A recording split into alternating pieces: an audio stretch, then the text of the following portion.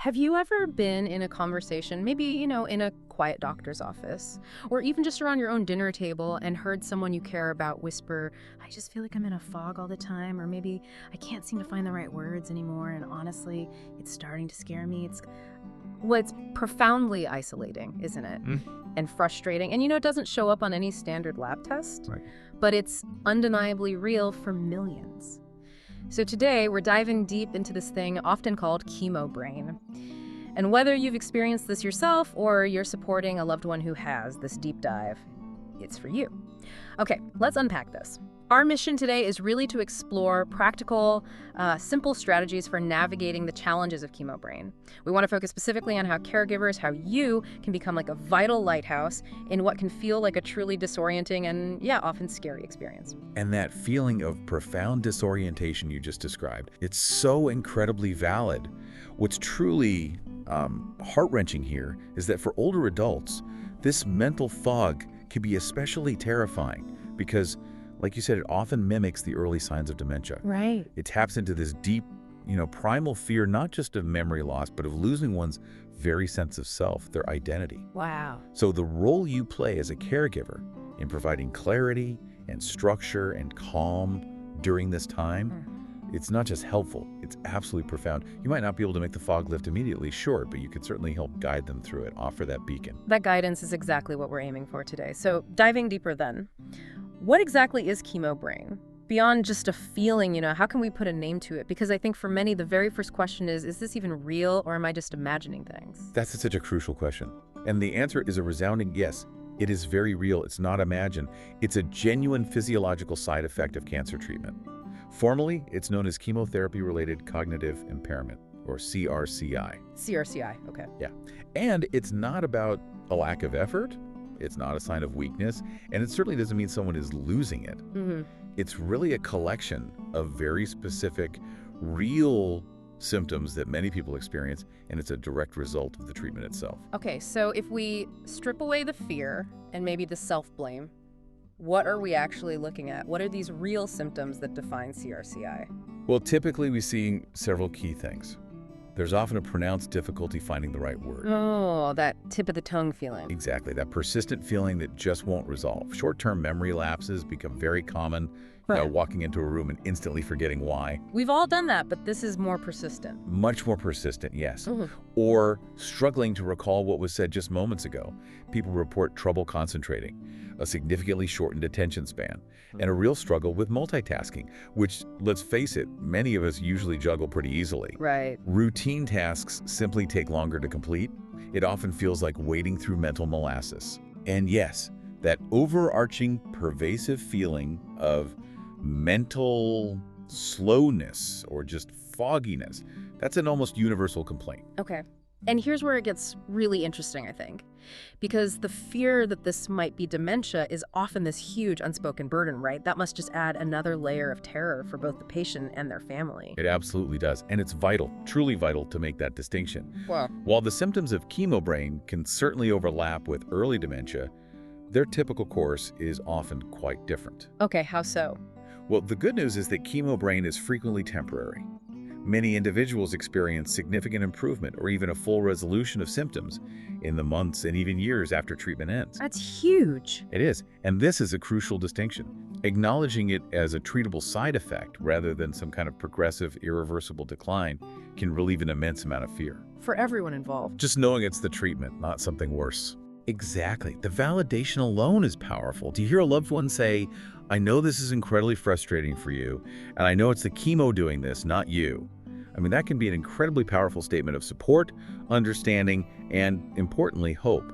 Okay, so if the internal system for remembering and organizing is being challenged by this fog, then the most effective strategy isn't trying to, fight it head on, but maybe to build a reliable external one. Think of it less like fighting a storm and more like building a lighthouse, a sturdy, dependable physical and visual support system. That's the underlying principle, exactly. This external system reduces the sheer amount of information your loved one has to hold in their head at any one time.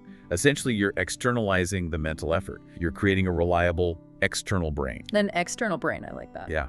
So their internal one, which is already working overtime fighting the illness, can rest, recover, and focus on healing. It's about preserving those valuable cognitive resources. Right, for what truly matters. And our source material gives us some incredibly concrete strategies for doing just that, turning abstract support into actual tools. First up, establishing a command center. I love that imagery. What does that look like in practice? The idea is simple, but really transformative.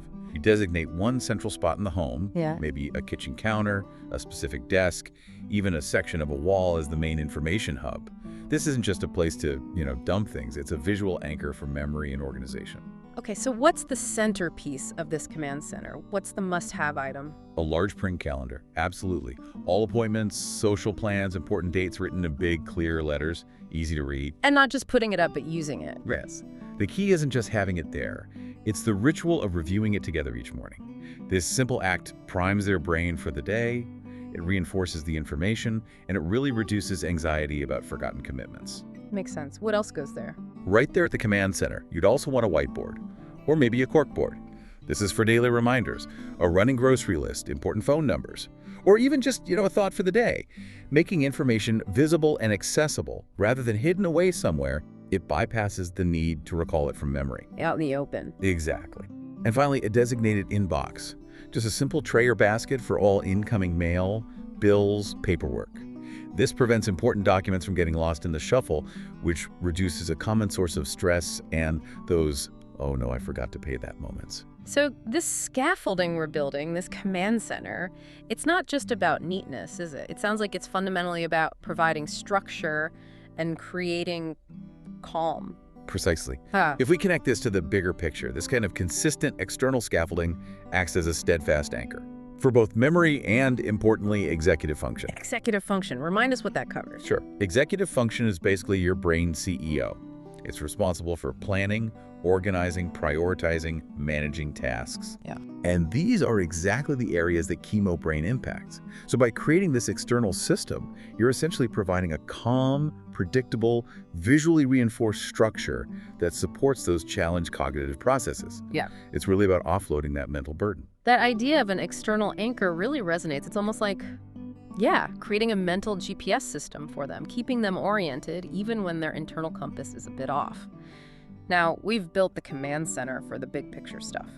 But what about those infuriating daily battles? The keys, the glasses, the phone. I mean, who among us hasn't torn the house apart looking for their phone, only to realize it's, in their hand? Oh, absolutely. For someone with chemo brain, that everyday frustration must be amplified tenfold, right? Absolutely.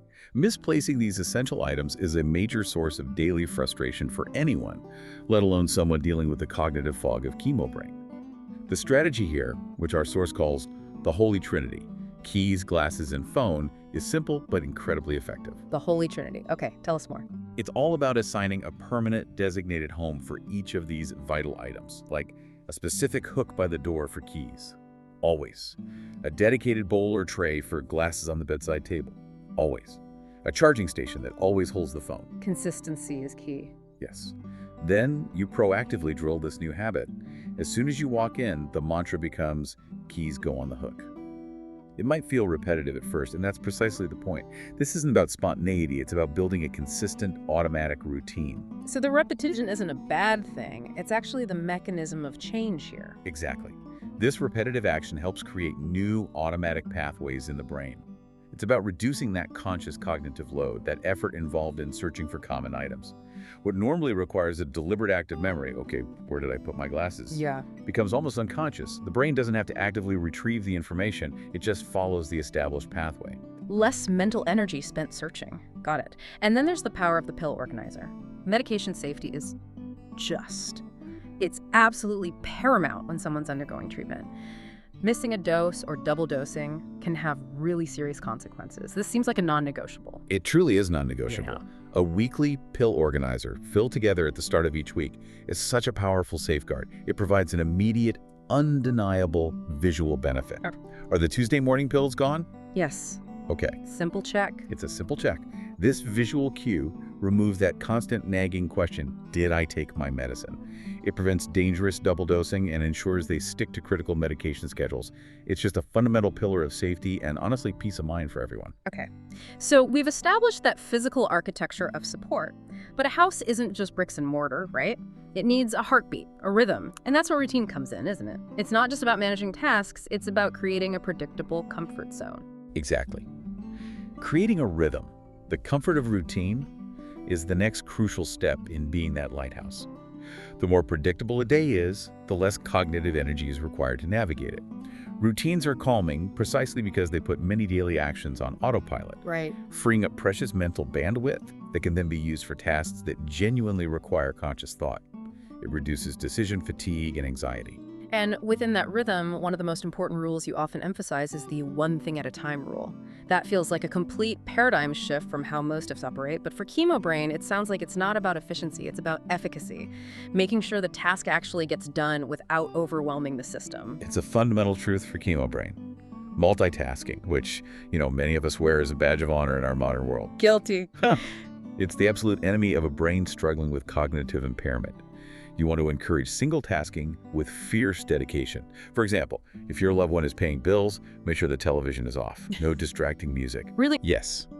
If they're having a conversation, gently ask them to put down the newspaper or their phone. Their brains simply cannot process multiple streams of information effectively right now.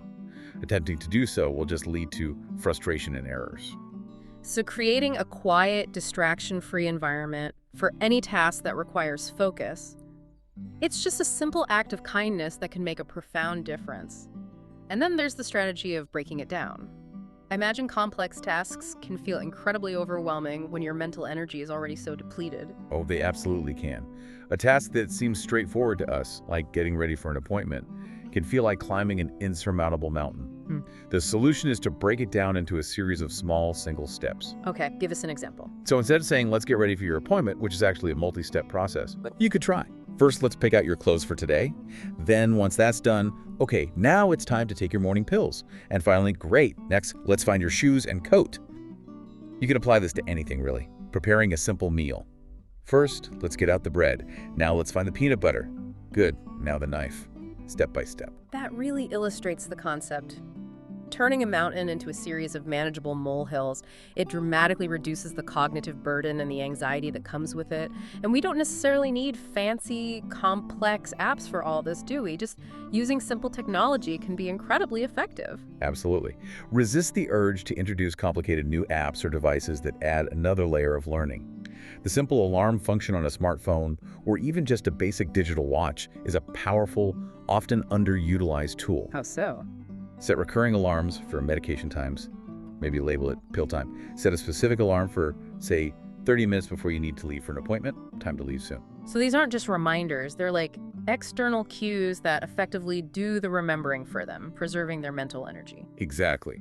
They offload the cognitive burden of time management and remembering routines. It's like having a quiet, reliable assistant that's always there, consistently providing the prompt without judgment or frustration.